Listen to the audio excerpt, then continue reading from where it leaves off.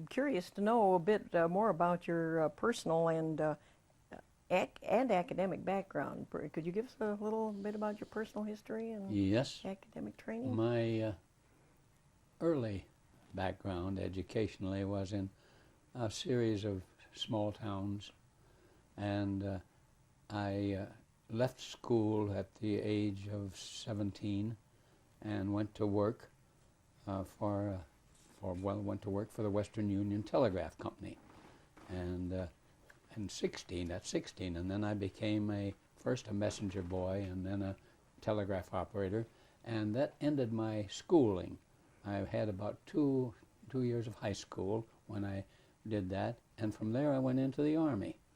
And when I got out of the Army, another young man and I decided we were given an offer of a football fellowship at a prep school in Vermont. And he said he was going. And I said, I don't think they'll let me in. Well, I did go, and I got in, and I got my fellowship like he did. And we were there for a year, and they certified me to go to college. I didn't have a diploma, but I was certified. I had the equivalent of something, or so it was said on my...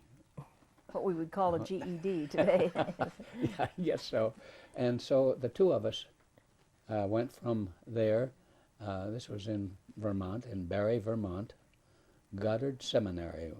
And from there we went to Tufts College. Goddard was a feeder for Tufts. And I was there 4 years, and I wasn't a very good student. And then I went out, I left college and went to work and went back in 1926. I was out for a year. My class was really 1924, but I didn't get my degree until 26 when I came back for another year. And that's when I studied psychology. I'd been an English major before. And what led you to change to psychology? Well, I tell you, I took a course. I worked for, in the period I was out, I worked for a printing house, printing and publishing house. Mm-hmm. And they published books, yearbooks, college yearbooks. And I went around, I sold those. And they in the off season, they said, you've got to go to business houses. Well, I didn't know anything about advertising. You see, if you sell advertising, you sell the printing better. So I said, I'll take a course in advertising. And so I went into Boston every day, and I took a course in advertising. They said, advertising really depends a lot, my teacher told me, a lot on psychology. So I thought I ought to buy a book on psychology, and I did. A book by John Watson on psychology from the standpoint of a behaviorist.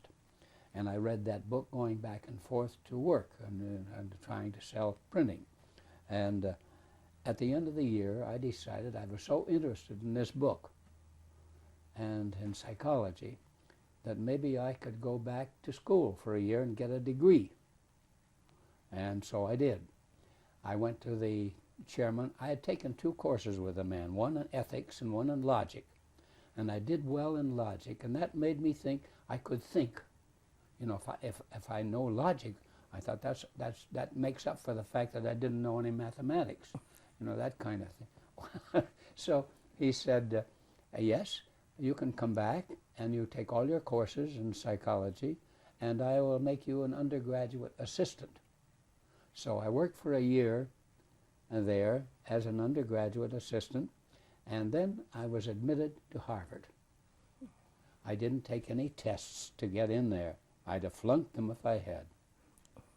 I had a C grade average, but I got into Harvard on the basis of a 5-minute interview and the support of a couple of teachers. And so I spent 5 years getting through there because I took a half-time job at Tufts College. It was then Tufts College, now it's university. But I took a half-time job teaching there. At the same time, I did half-time work as a graduate student. So I took 5 years to get a degree. So that's my academic background. Who were your principal professors at Harvard? At Harvard, I had Professor Boring was the head of our department, E.G. Boring, and Carol Pratt was another teacher. And let's see, who else? Oh, who's the famous man in Vision? Leonard Thompson Troland in Vision, and Harry Murray over at the clinic. Those are most of them. There might, very and a distinguished couple of group. visitors. Yes. We had 2 visitors while I was there, 2 or 3. One was Walter Hunter from Clark, and I did my dissertation in his field. And the other was Tolman from California, Edward Issei Tolman, and another one was a professor from Texas, University of Texas. Can't think of his name at the moment. But those are my teachers. Very, very significant group, I think. Very Well, I didn't know influential. that. No, I understand. But I knew they made me work a lot. And when I got through, I was able to get a job. I did the last couple of years, I worked as a tutor at Harvard. I gave up my teaching job. I had a half-time teaching job at Tufts at that time. And I gave that up and was a tutor at Harvard for 2 years. And those 2 years, I made a good friendship with Burris Skinner, and we went around a lot together and did various things together. Well, I can see you were exposed to, in some of your professors, to behaviorist principles from one way. The only one that really brought behaviorism to us as a professor was Professor Hunter. Hunter, yes. Yeah. There was no other. Tolman was sort of a cognitive behaviorist, you know, Right. kind of a. Well, I was thinking also of your reading John Watson's Oh book. yes. Right. Well, that Had directed me influence, there. right. And then when I in 1928, when Burris Skinner came there, I was the only behaviorist in the graduate group. I see. And so he and I teamed up together. He had behavioristic leanings too. He had read some of John Watson. He had read Pavlov, and a couple of other things he'd read. But yes, we found a common interest, and that bound us together pretty much. Who amongst the group, I suppose you would say Fred Skinner was the one perhaps that influenced you the most to go in the direction you did. Would you say that was the case, or some of the No. other professors? How? No, it might be the other way. That you influenced him. I'm not sure. He came It was there, sort of mutual. and he had these tendencies, and I had the tendencies, and I had been working on it for 2 years when he got there. Yes, And I I'd been see. quarreling with my professors and saying, but couldn't you interpret that this way? You know, couldn't you? I was a very, I was once described as a what you might call warlike, not warlike, but I'm not at all warlike, you know. I wouldn't say so. Not at all. But anyway, someone described me as a troublemaker, and I'm not a troublemaker. But anyway, Burris and I attended classes together, and we used to question our teachers about things, and we were reading a lot. I read a great deal in this period of time about behaviorism. I read everything that I could get hold of, and I became a behaviorist before he did, you might say. But he managed to outdo me in the end. Well, I wouldn't say that. I taught him so much. Yes. Well, he tried to give you credit for this, you know, at the ABA. He does. Well, He said some nice things, a little exaggerated, I thought, but he said some very nice things about me at one time or another. And he did dedicate a book or two to me, Yes. and that was very nice. Well, I know that you did grow up in it together. Yes, we did. And you That's right. went on to... I think the influence, his influence began with me after I was out of graduate school. I would say basically when he began to work, he began to give me reports of what he was doing. Yes. And then he came out finally with the behavior of organisms. That was his first book, and when I read that, that settled my hash. I knew then where I was going. I read that, and it put together things that I wanted to see put together. It was a miracle book for me. it just started me. I now had a system. Before that, I had a way of experimenting, and it was his Skinner box that got me really excited first. And when I used that, and then to have the book come along, that was great. The combination of the Skinner box and my experiments with it, with my students and I at Colgate, the combination there was enough to direct me right straight through until he invented something else.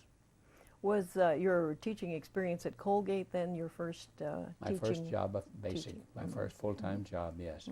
I taught there for 7 lean years. I didn't get a promotion, and I didn't get one raise, $100, I think.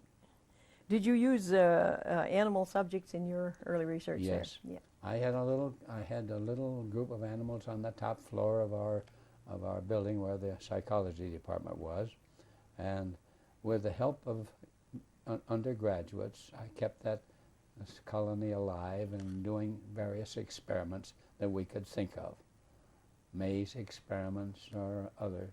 But when we got the Skinner box, then we made hay. We had another student and I, a young pre-medic, and I wrote a paper, and it was published, or it was talked about in the Behavior of Organisms, and we felt very proud of that. What led you to apply these principles of operant conditioning, behavior analysis as it's come to be called, Yes. to from the animal lab? They were generated in the animal Yeah. lab. What led you to first apply them to human subjects? Well, I think it's a combination of factors. During World War II, somebody sent out word that there was need for people to study the learning of Morse code. And Dean Trabue at Pennsylvania, I think it was, wrote an article. And I read this and I thought, I might help in that way somehow, because I was You'd been a I was telegrapher. once a telegrapher. I didn't know the intercontinental, what we call the continental code, the international form of the code, but it's much the same. And so I got interested in that, and began to think about, well, I thought first I would teach somebody the code. So I got 2 or 3 students. That's the way we always work. We work it out on the students first. I know. And we got 2 or 3 students, and I tried to teach them. Well, how would you teach them? Well, maybe it's just a discrimination. Maybe it's just like a rat. In the presence of the light, if he presses the lever, you reward him. Well, now, what would I do then? I give him a signal. If he says B, and it really is B, I say good, or I say right. That's supposed to be a reward. That's what Professor Thorndike called a reward, and that's what Burris might have called a reinforcer. But it wasn't really. I didn't think hard enough to understand what was going on. But I got these kids, and I would sound first I learned the code myself. It wasn't hard to learn. I just picked that up because I knew the other code. Then I got Bill Cumming, a student of mine, got an oscillator, an audio oscillator for me, and then I got a couple of students. And I would send a letter, A. And the student would listen and say, well, A? That's right, good. And so I put him down, he won that. The next one, I send a G. He says, B? No. I said, wrong. Well, now, right and wrong didn't work. There were too many of those signals. 36 signals in all that these kids had to hear, because I used the so-called whole method rather than the part method. I used all the signals muddled up in order, and repeating that 100 of them, and then another 100 of them, and another, until they were tired, and I was tired. And so I did that. They said, maybe if you told us what the signal was after you had sent it, and after we had tried, maybe that'd be better. So I said, well, we'll try it out. I don't see how that's good psychology, but I'll send the signal, and you'll give you 3 seconds to answer. and then I'll tell you the name of it. Well, they learned. They learned steadily. They liked it. They all began to learn, and I knew I was in. So I had a stimulus, a response, and something reinforced them for it. Probably the agreement between what they heard from me and what they had written down. A and A from me, although I said alpha. I said, you know, I used, what alpha, was that the old, well, it doesn't matter. Yes, that's what how they I would got call feedback these days. That's right. Well, so I got that, and I tried it out on students, and I tried it on all my neighbors. And I had dining room code classes, that kind of thing, trying to develop a way of doing it. And it got to be that other people got interested, and pretty soon I was thinking about the military. And a chap from the office of Adjutant General's office or somewhere or other introduced me to Fort Monmouth. I went down there and we did an experiment. We had a whole incoming class using the method we had developed. They did very well, and that was the beginning. And so I spent from 1941 essentially, most of my thoughts were directed through 45, were directed toward Morse code training. One thing led to another, and I ended up out at Camp Crowder with a project in which we studied various aspects of code learning, and from the beginning all the way up through. Well, after the war, what direction did your work take? After the war, there were some hangover effects of the code. Several students worked, Donald Cook and Murray Sidman, and one or two other people in the department, graduate students, worked on the code with me for a period of time after the war was over. And then, and I also worked as a consultant for the Air Force and that sort of thing, going around and talking about this method of teaching, which worked out very well. It got me a nice little citation from President Truman. Well, that's very nice. Yes.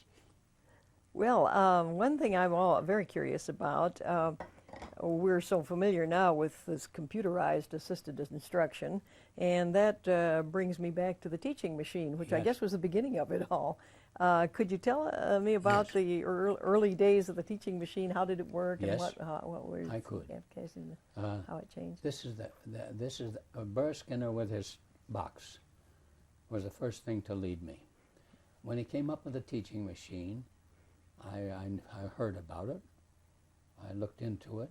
I thought, this is a way of giving every student individual treatment. This is terrific. I'll bet you, I must look into this. So I had a seminar, and I think the first paper came out, maybe it was in 45 or something like that. Maybe it was I think about 45. A paper came out by Burris on the teaching machine. Two papers came in within a few years, and I got a undergraduate seminar, and we investigated this. We found out everything we could. People were then beginning to make machines, and we visited the place downtown where they furnished them, and I began to get interested in this. This was I was beginning to think of my retirement by this time. I was getting along. I was getting along in years, but I was very much interested in that, and I nearly got tied up with two non-academic developments there. One was at this Quaker school in Indiana. You remember the name of this college? Oh. Earlham College. John Barlow got a grant to build a lot of courses with programmed instruction. He wanted me to direct the thing. Well, I didn't want to direct it, but I might worked on it, but I didn't, because another possibility loomed up, and that was in Alabama. There was a project whereby I could be the director of another project. I didn't want to be a director. I don't like to be directors or a director. But there's another Alabama project in which teaching machines figured prominently, programmed instruction. And so I became a kind of an addict, and I went around and gave lectures on it, and I was once on TV, which shows I was prominent to be on TV, and I once went to Berlin to give a talk at a teaching machine conference, and then I was very wound up over teaching machines and the possibility of using programmed instruction, either that or the textbook, the textbook type. Yeah, the program text. Program text. Excuse me. What was the time frame here? Was this in the early 50s? I would say I gave up the possibility of Earlham in 59, I think. In 60, I turned down, it was not funded. The Alabama project was not funded. Tom Gilbert was running the Alabama project, or he was the brain behind it. That was not funded, and so I was kind of fancy-free. And I met a fellow one day in the hallway while I was going to get my mail, who came from Cuba. And I got acquainted with him, and he was a psychologist. And I had an idea for a while of going down to Cuba, but it was kind of hot down there in a couple of ways. Yes. And so but I got the idea of retirement in a nice warm place, a southern place. And then I got an offer from a little girl. A little girl? Yes. She was a little girl in one of my classes, in one of my what we call extension classes. And she went back to Sao Paulo in Brazil, and she was the assistant to a physiologist there, who was also dean of the University of Sao Paulo, the undergraduate, what we call the undergraduate dean. He or she sent me a letter. Would you like a job? Would you like to come down for a year and have a chair in experimental psychology? Well, that interested me, but I didn't. Just a kid writing to me and said, "Would you like a job?" And so I didn't take it very seriously. I said, "I'm very interested, but please send me more information." So then I got a letter from the dean, and he offered me a job. That was more impressive. That was more impressive. And so I took a summer school course in Portuguese. And I thought, well, I sold Frances on the idea. I'm not sure I sold her. She really didn't want to go. but she agreed to go with me. You talked her into it. I talked her into going with me. And so in 60, we spent 61 at the University of Sao Paulo, and where I had a chair in experimental psychology. It was not a long-term chair. It was just a chair that I ended at the end of the year. But I got along all right with them down there, and I got a number of good students.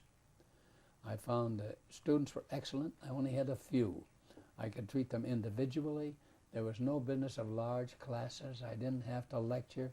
I could lecture, but I would do it with a preliminary and an ending where we all get involved and that kind of thing. It was really a good experience, a fine experience in teaching, and that plus the programmed business. I took the program textbook down there, and they translated it into Portuguese. It's quite a thing. It's harder. It's hard to have in another language, change it into another. Mm-hmm. The structure is different. So, but they did a good job, and so I came back. And I had a good year there, and then the kids came to Columbia to do graduate work. 2 kids did. One went to Indiana, and I kept contact. And then something happened. Juscelino Kubitschek was the president of Brazil. He decided he'd move the capital to Brasilia rather than Rio. He had a young And he did. And he had a young man in his staff named Darcy Ribeiro. Darcy was a kind of a educator and a anthropologist and a sociologist and a pretty active fellow whom he made the chief of his civil cabinet. And he said, we want to have a university. And we're going to have the university, and I want you to be the head man. I want you to get a staff, collect people in this new University of Brasilia. So he went, this Darcy Ribeiro went to my former colleague at São Paulo and said, would you like to come? That was Carolina Marticelli Bori. Would you like to come to Brasilia as head of the new Department of Psychology in the new university? Oh, how wonderful. She said she would go, and she wrote me a letter that she would go if I would come and help. So I went down, and after they came to the States. We got books, and we got equipment, and we talked about how we were going to do it. And then's when the programmed instruction idea got changed around a little bit. Lanny Fields was my assistant, and I had a little course in which I had programmed the first 4 experiments in a laboratory course, and 4 or 5, and it worked out very well. I took that to Brazil with me. Well, they couldn't do all of these things. Then they had a turnover. They had a close down of the university when I got there. When we got to Brazil, something always happened like that. They lost the president or something of the sort, you know. In this case, it was an overthrow of the government. And so I thought I was out of a job. And then it turned out that it was all right. Under the new management, we went to work in Brasilia for a period of time. But by this time, I had to go back to the States, and I had taken another job. I had taken a job at Arizona State, and I talked this was after I knew about Brasilia, but I wanted to do experimental work at Arizona State with this new idea that we had for Brazil. And we tried it out in Brasilia, and it worked for 1.5 years, and then there was a convulsion of the university. People were either fired or left in protest, and the university shut down. Politics? Yes, governmental business. And there was a takeover by the military, and well, not just by the military, by a different group that didn't care for what we were doing or anything like it. And so that was all for there. The people down there disbanded and went where they could. And I was back with Gil Sherman, my former assistant, who went with me, who followed me at São Paulo. We were back at Arizona State. And that's where I started. And by now, I was lost. I was clearly, the method seemed so good, the way it worked in Brasilia, and the way it might work in the States, that I spent all my time. I became a missionary for the thing. I became a promoter. I became just an educator, you might say, in a way. And that was that's how I got. I've been doing it ever since. Yes. Right. Well, that's very, very interesting. Have you worked in any other fields of applied behavior analysis? Ancillary fields, you might say, or has this been? No, I came near to it once when someone, who was it, invited me to go to Hawaii and teach fish. Porpoises? Yes, could Okay. be. Porpoises. Right. There was a project out there, and I thought of it, but I didn't take it up. I was too involved in this other thing. So I didn't get into that. I think I would have liked that, and Frances Yes. would have liked it. She would have gone with me in a minute, because Hawaii sounds like a pretty place to be. I'm sure you would have enjoyed it. No, I never really got into anything else. These two things, everything I did, you can see, sort of stemmed out of Burr Skinner's work. There was the Skinner box, with all that meant in experimental work, and then there was the behavior of organisms, and then along came the teaching machine and verbal behavior, and I got deeply involved in that, and that has guided me ever since, because we were successful. At Arizona State, we did come up with a way of teaching that is superior to any that is now used, but it has too many implications. Its acceptance has too many implications. Nothing wrong with the system. It has worked wherever it has been used properly, and it has shown up beautifully. But it steps on too many toes. The adoption means too much. It isn't. The intrinsic merit of a thing is not always the reason that is acceptable to the people. That leads me to what I was going to ask you next, and that is, have you encountered any resistance to the applying these methods to human? Yes. Yes, plenty of. I've asked myself, who are my friends and who are my foes in this thing? The friends were those people who began to do the same as we had done and began to sell it too. That is, there was a physicist here in Oregon and another physicist in Texas, and there was a biologist in Massachusetts, and they all became part of this team, you might say. There was a center set up at Georgetown, Center for Personalized Instruction, we called it. Yes, those people that spread out, and thousands of people have used this method and used it successfully. Yes, I'm aware of that, yes. Now, the enemy. Who's the enemy? Well, at first you think, well, there's nobody going to, this is something that's better. Everybody will come to my door. Who would object? They'll all be here, like, was it Mr. Emerson said, if you have a better mousetrap, they'll be coming to my door. Nobody came. Well, a few came, but not the way you wanted it. So I thought, well, it's the teachers that are at fault. There's too much work. They said, well, it's a lot of work. Also, and it takes time. It takes time. And they found that it took time, and that time they could not devote to research. And promotion often depended upon research. These things are like that. And then what do your other colleagues say about what you're doing in this crazy way, letting kids all through here? Some of them got through in 2/3 of the term. Some of them took a term and a half. What are you going to do about that? And what, they all get the same grade because they all master it in the end. What are you going to do about that? You've got no distribution? How am I going to know? No normal curve. how am I going to know who's going to be Phi Beta Kappa? If you have this thing generally, they all got A's. That's terrible. And you don't know how to select them for J.C. Penney. They come around and here's your seniors, and they all get A. They all got through. Oh, this is nonsense. You can't do things like that. It shook the whole system, in other words. It would shake the whole system. Even a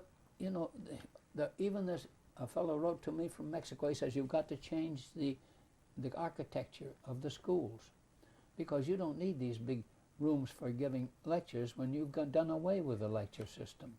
You don't need these auditoriums. And what we ought to have is this. And he outlined what we should have. Well, this is silly.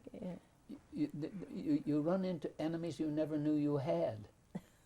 You end up... It's disconcerting. Yeah. Yes, you end up thinking that the whole world is against you. That is, I read a book recently by Kenneth Galbraith. I don't know if you've seen the book, in which he speaks of the contented majority. He talks about the culture of contentment. And it's true. Here we've got a whole lot of us that are, like you and me, we're getting along very well. Now it's true we've got the underclass, and we don't seem to be able to help them very much. And then we've got the rich people, whom we're willing to settle for because they start foundations and they do a lot of things important. They're good too. We got to save them. Pretty soon you find you're saying the whole world's against me. But no, the real point is any kind of any kind of development like this, if it steps on too many toes, you're in trouble. I can see that, yes. I hadn't thought of that in connection with this personalized system. But just think, if it were accepted, what would happen to commencement? If everybody went at his own pace through all the courses that he had and got through the school at different times, when would you have commencement? Well, that's an important holiday. And a lot of the kids got through in 3 years, 2 years. One kid got through in a year and a half. Well, if they have a commencement every year, they could still take care of them. Yeah, I suppose you could do that. A little commencement. Yeah. But any group endeavors, how you get the gang together, they all come in separately. How will you avoid having them? How will you? Alumni parties would be you difficult. You can't do this. And not only that, think of your neighbors. My friend next door just got a job as head of the local high school. This is constructed in a certain way. And the high school is an important part of our culture, and everything you can think of says no to self-pacing, mastery, and no lectures. Because many people select teaching because they're good lecturers, and then they like to put on a show. Quite a lot. They don't want to give up their lectures. And besides, their lecturing gives them time to do research on the side. They have their lectures all planned, and they give the lectures, and then they can go and do their research as usual. Everything is good. We've got it all fixed up. It doesn't matter that people are crying at the lower end of the scale. It doesn't matter that there's all kinds of need for better education down there. And faster education. And, oh yes, it's a complicated thing, isn't it? Yes. And I learned it the bitter way. Yeah, you brought to mind many of the things I hadn't really thought about, the problems of getting something like that across. You say, how about me? Do I really want this? If it changes my life so drastically?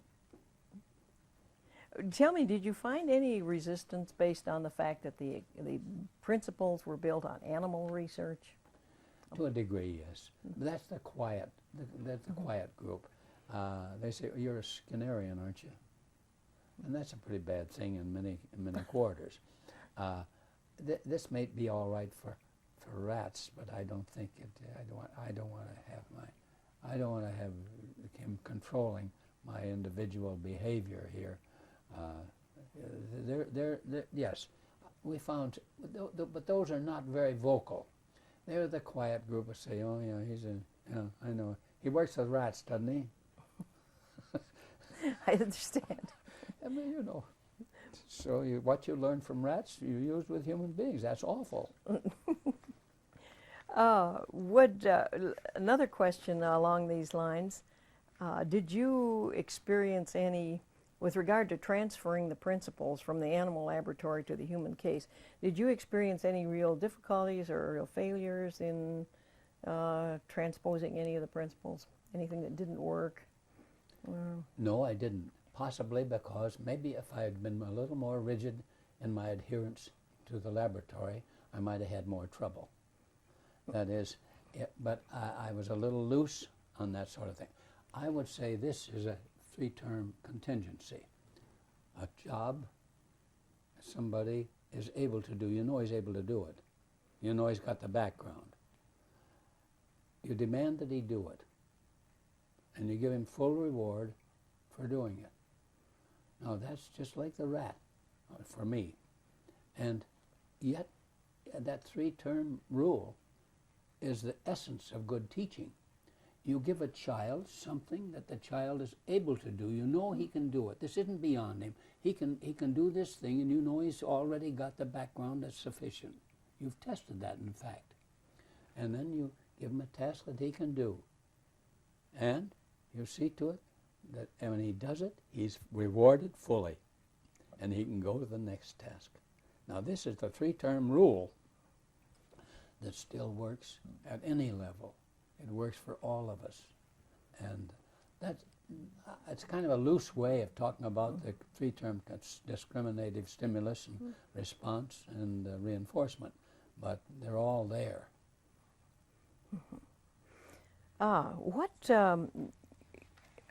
believe you've probably answered this question, but just in summary, what do you consider the main accomplishment of your long and productive career? I've been a failure. No, Well, I won't accept that. It's not.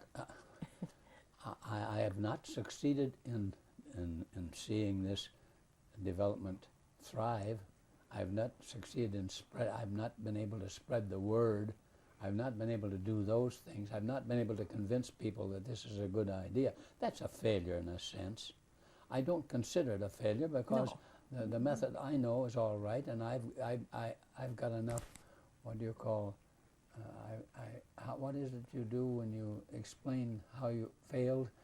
When you blame it on other things? Rationalization. Rationalization. I can rationalize. I can rationalize my failure pretty well. No, I haven't. There's very little that I've done that wasn't chance. I just ran into the right people or the right idea at the right time, and I was only smart enough to take advantage of some of it. Well, you certainly did an excellent job with it, I would say. That well, you're a kind judge. You're a kind critic. Is unquestionable. Unquestionably, as you say, it works. And yes, it works. And I keep on promoting it. Right. Well, you know, I think in a way, even though computer-assisted instruction has come about, you might say, sort of as a sideline from the teaching machine, that is really a vindication of many of the principles that you are using in the personal life. And the computer itself can be used in conjunction with, very easily, in conjunction with the system that we developed at Arizona State.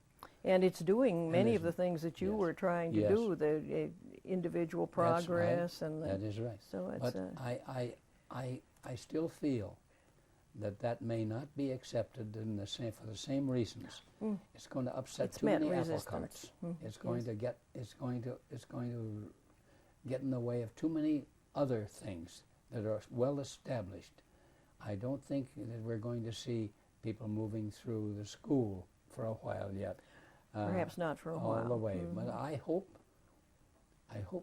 there's also other problems. That is, you've still got to make the programs, and that's a lot of work, as they say. There's a lot of people working in that field. Yes, that is true. I think it is I think Donald Cook has convinced me that there's a great future there in that area. One other question that relates to this same topic. Did you encounter any, you might say, basic ethical objections to changing behavior? The notion that... Not personally. I've heard more complaints about Skinner than I have about myself, about trying to control people. That is, here you are, you're controlling them with this teaching machine. Perhaps because you were working more in education and he was coming at it from a different angle. Perhaps that's it. I didn't run into people who said, oh, you're trying to control the behavior of the kids. They were in a situation where they were already being controlled, of course, in school. Parental control was a good idea. You know, they thought, I'd like to be able to control my kids and get them an education. Right. Well, what do you consider your most important, this is maybe a tough question, your most important single article or book you've published, the most important publication? Well, that's an interesting question. The most cited thing that I've ever done, it was the paper that I wrote after the Arizona State project, Goodbye Teacher. That paper I received, there's a concern that collects data on the number of citations, and I received not too long ago a statement from them that many this has been cited in many places. I would think. It looked as if for a while this might take over. It was very exciting. UNESCO was pushing it. Everybody was gung ho about the project, about the method, and then gradually that faded down. And did you experience any really dramatic or exciting breakthroughs or real key points in your work, your career? Well, I think there are two periods of excitement in my life. One was when I did my first rat experiment and found that I could control this little rat, and I could get him to do this and get him to do that, just like Brother Skinner said. That was exciting. I had that back when that got me, it caught me. Immediately I told my kids about it, and all of us began work on it. The second time that I was excited was in about the second or third week of the Arizona State course with students. It began to be clear that even though I had lots of things to learn, it began to be clear that the students were eating this up. They were working harder than they'd ever worked before, and yet they were more happy. They were more content with themselves. They were like me. I'd meet a student in the hallway. Instead of avoiding me, he'd look right at me. Hi, and I wasn't giving him any lectures. I was only seeing him. I gave 8 lectures in the term, and they were all for free. That is, there was no test based upon them. That would not have been fair. But so I gave them lectures just for everybody to come if they wanted to. At first, I made them pass certain units of work before they could come to lecture. Well, they would work very hard to pass the units, and they might not come to the lecture. They didn't want to feel behind.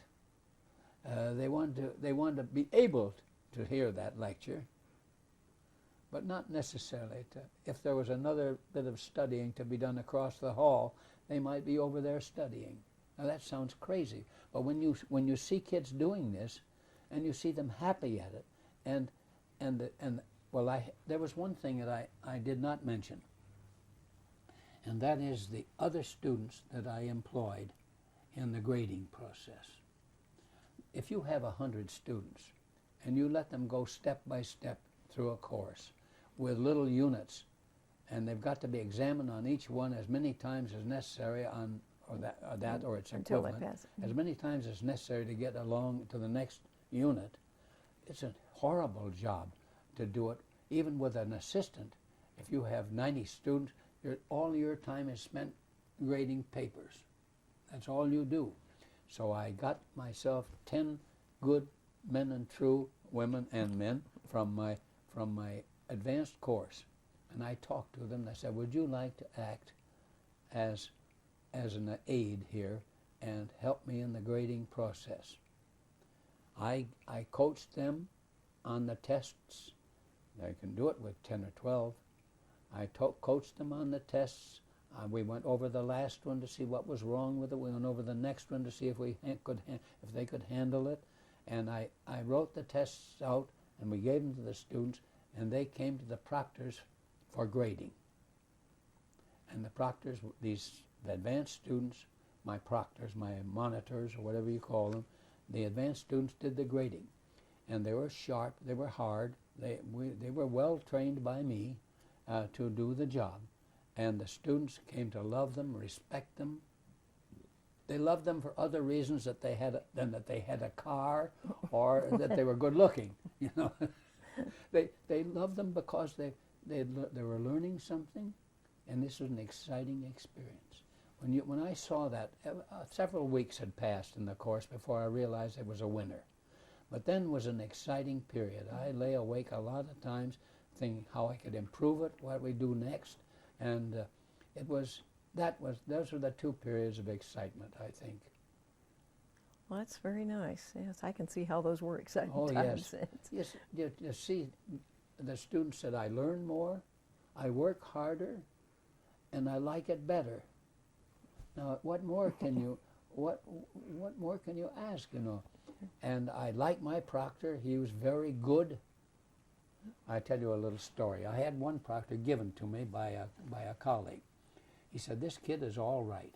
He said, he may not look so good, but he's a good boy to be a proctor. He came, and he didn't look so good. This was in the 60s. He was barefooted. He let a growth of hair on his face. His hair was long. And I needed a proctor. I needed to cover 100 students. You need 12 proctors, 10 or 12. Well, I thought, oh, okay. He spoke all right. I took him. I had in my course that term a fellow who had been a cashier in a bank, and he was a man of some age.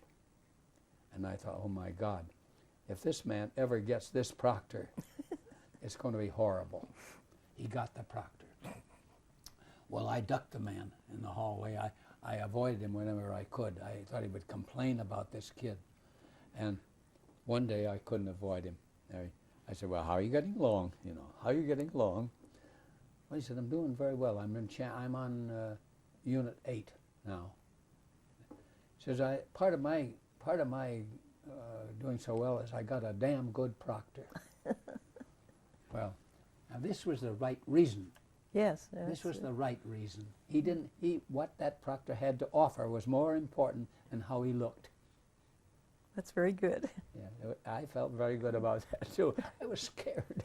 You know, he could say, well, you got a bunch of, what did they call them? Not hippies. Hippies. Yeah. You got a bunch of hippies in there? When you have turned programs over, perhaps to proctors, or when other people have taken your programs, maybe at other institutions, and used them, have you encountered anything what you'd call, what I would call perhaps behavioral drift, where they start drifting away from the yes. principles that they Yes. try to use? This is a terribly serious problem. At first you find everything goes well. If you follow the format, everything goes well. But look, you've got also to get the grades in. The registrar says we must have the grades by this date. You've got also to consider the fact that all of these A's at the end of the term. Now this is a serious thing. So what will I do? Well, I might give them a paper to write, and then I would base their grades, you know, on how well they get the paper in the picture as well as the course content. I let them write a paper and I'll grade that. I'll find a way of grading them so I get A, B, C, D and get something better than just this all A stuff. And the dean doesn't encourage you in this necessarily. He doesn't say, it's all right, I understand what you're doing. What you ought to do is take him out to dinner a lot, you know, and get him on your side. But you do find, now there's a drift. They find pretty soon you're introducing a numbers game here. You're getting them so many points for this or that, rather than an A when you satisfy the requirements. No matter how many times you had to try taking alternate tests until you win, if one thing slips back and then another, pretty soon the more you've gone, the further distance you've gone, the more like it is when you started out. Now you've got your distribution of grades, and you've got less happy students, and you've got the whole thing. It's very hard because you've got the other teachers too who are on your neck. They say, "What are you doing? How do you are you bribing all those students to take your course with an A? You tell them you get an A if you take my course." So you've got to get a distribution. When you got the distribution, you're beginning to go back. And plus ça change, plus c'est la même chose. It's the old story. And you're right back. Ultimately, you go back where you started. Or, as one man put it, he says, if you do good teaching, you get fired. That was Well, That was a that's man out of Utah. unfortunate kind Yeah. of drift. Yes. So he said that's it. He said if you do good teaching, you don't have time enough to give talks to the Lions Club. You don't have time enough to write grants. You don't have time to do research. So in other words, if you do good teaching, you're likely to get fired. And so you settle for something near it. There's a lot of what we called Ben Green, who was a physicist who got involved in this early. He wrote a paper once called Something Like It. And you come out with SLI, not PSI, not a program system of instruction, but something like it. And that's what you do. You come out with something like it. And it is, unfortunately. and so ultimately you're back where you were. And all this great idea is gone. And some of the teachers have suffered. Some of them have been pretty sad about the whole thing. Some of them have weathered it very well, but they've had to work like the devil to satisfy everybody. When you have to make up your tests, you have to do all these things, and you don't have an assistant to do everything. I had an assistant, but he did the same things that I did, helped me do them. And then these proctors helped in the grading. That was the great thing. And they learned so much. I'm sure they did. They became a elite corps.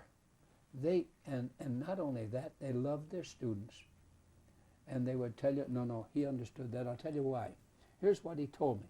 When they would write down something false, and I look at it, I say, I think that's how did you come to grade them like that? You changed the grade here. He said, yes, and here's what he told me. And that's the reason I changed. And he deserved that. They would fight for their charges, but they would also be very stern with them. They didn't give, that was the secret. The kids respected them. We did have some cases that were funny. We had one young man who was very wealthy, and he tried to bribe.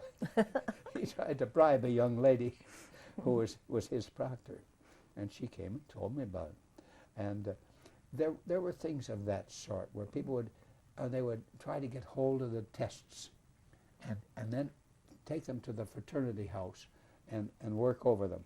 Well, when you got 5 tests in each unit, and you got 20 units, and you got ever so many chances to take, pretty soon you got more than you can handle even there.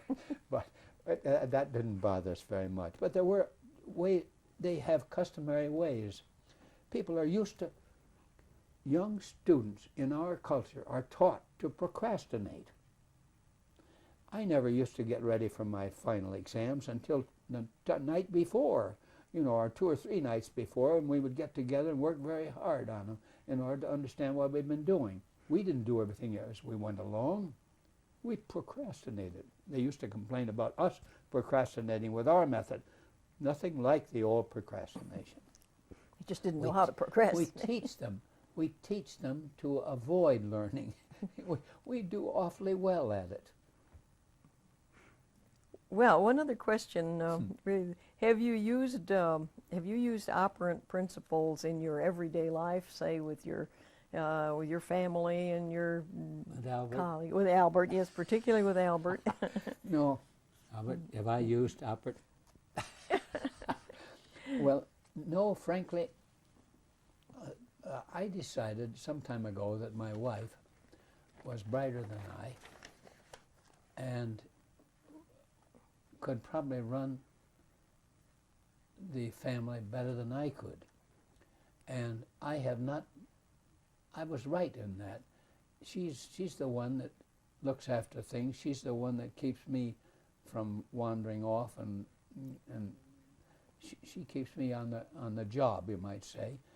And no, I haven't. I just felt she has done so well that I'm not going to try to introduce a token economy here, or I'm not going to try to do this or that, because the kids are coming along all right, and they've done very well, and it's mostly because of her good sense, and the fact that she was brought up in a home with several sisters, and her mother and the father died when she was very young, and her mother and the several sisters managed to come through, and she's the one responsible really to keep me going. She doesn't necessarily agree with me on these things. On the other hand, maybe she's using operant principles, but perhaps she doesn't realize it sometimes. I think maybe she is, yes. Well, is there anything you would do differently now if you had the chance to repeat any of your past, knowing what you know now? Oh, yes. I say I would. I don't know that I would. I'm not sure that I think that if the conditions were the same as they were, right, and I was there again, that's one of the conditions. I would do the same as I did. But I would like to have had different conditions. I would like not to have made so many blunders in so many different areas. I have not lived the life that I would have chosen to live if I, my academic life, that's all right, but I think I made a lot of blunders. You know, it was, who was it? This great, this man said, youth is a blunder, middle age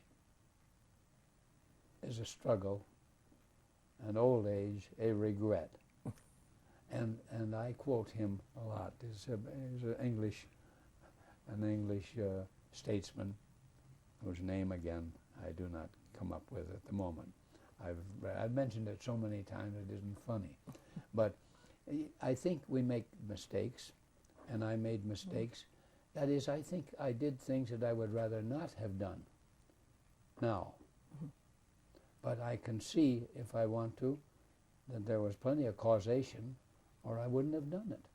Yes, I'm a function of my environment, and I'm a function of my history. And the mistakes I made, I've tried to say to myself, you would have done the same thing again, and yet you're still alive, and so you could have been worse. Well, I'm sure you have such a great deal to look back on in your life to be proud of. You've really done yes, you've had a wonderful life. I know you've had many fine students. Who are the main people whom you feel you've influenced, students or colleagues? Any particular? What you can do in a case like that is just name a few who are prominent now. I mean, that's a natural thing to do.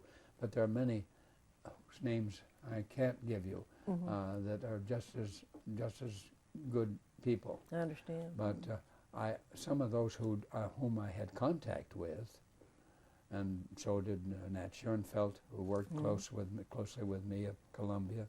Well, I think there's Murray Sidman, there's Charles Ferster, there's Jim Dinsmore, there's Lanny Fields, whom I mentioned before. All of these, and Joe Notterman, Mac Parsons, Donald Page. Oh, goodness. Did you say Tom Verhaeve was a... Tom Verhaeve, yes, Tom Verhaeve. He was one of my proctors. Not proctors, he's one of my assistants at Columbia. And you see, that's it. Now I'm going to be sorry I didn't mention so-and-so, many others, and so-and-so, and so-and-so. We had a grand bunch of boys there. We were very fortunate, Nat Schoenfeld and I. We had something to offer them, and we had a group that was just a good group. They've turned out awfully well. Donald Cook was in that crowd, and he's a brilliant chap. They were all. Murray Sidman has written a book on coercion recently. Yes, I've read it. It's excellent. Yes. And Murray was a good student, and so was Jim Dinsmore. These are, and they're still working. I mention them because they're still in the field, you might say. They're still doing something, although they're not in the academic field right now. I can't say that one is better than another. I can't really say that I can't. I understand. I wouldn't want to push you on that. Oh, where do you think the field is going? What do you think the future holds? Are you optimistic, or what? Well, I hope it's good. My only reason for speaking of it as going ahead is that my main reason is that I no longer understand most of the things that are being done in the field. I no longer understand the experimental work. It's become too mathematical for me. It's become too advanced for me to understand. My students have gone ahead in this way. But the enterprise seems to be prospering. I don't care for some features of it.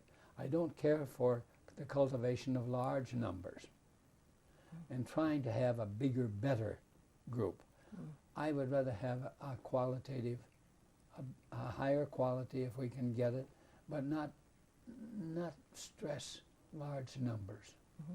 I think that kind of weakens things. It seems to me that way. I don't like the worship of large numbers. I don't like pretense. I don't like to see people say we're an international group now. Well, now that's fine.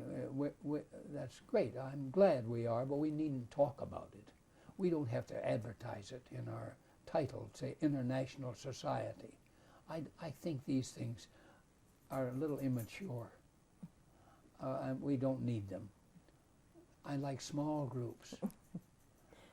The best society meetings that I go to are the Southeastern Association meetings. 100 people may be there, but no more. Certainly the big ones are getting unmanageable in many When cases. they get to be 2,000, I go and I look and say, where's that? I wanted to see this program. Which way do I go from here? Well, you go down the upstairs and you do this and you do that, and maybe you find the room where it's held, but probably you don't. And then you miss 3 others that you would also like to see. Yes, I had that problem at the convention. So a convention to me, I write now what I do now is go and do what I have to do myself, and then I go to the bar. Well, I meet all the people there at one time or another. You mentioned groups, and that brought to mind another question I really meant to ask earlier. Many social scientists believe that when you start dealing with groups of people and the behavior of groups, you have to ring in new principles, higher level principles of some sort. Have you ever found in working with groups of people, such as in the educational situation and so on, that any new principles of behavior are involved that have to be dealt with at that level?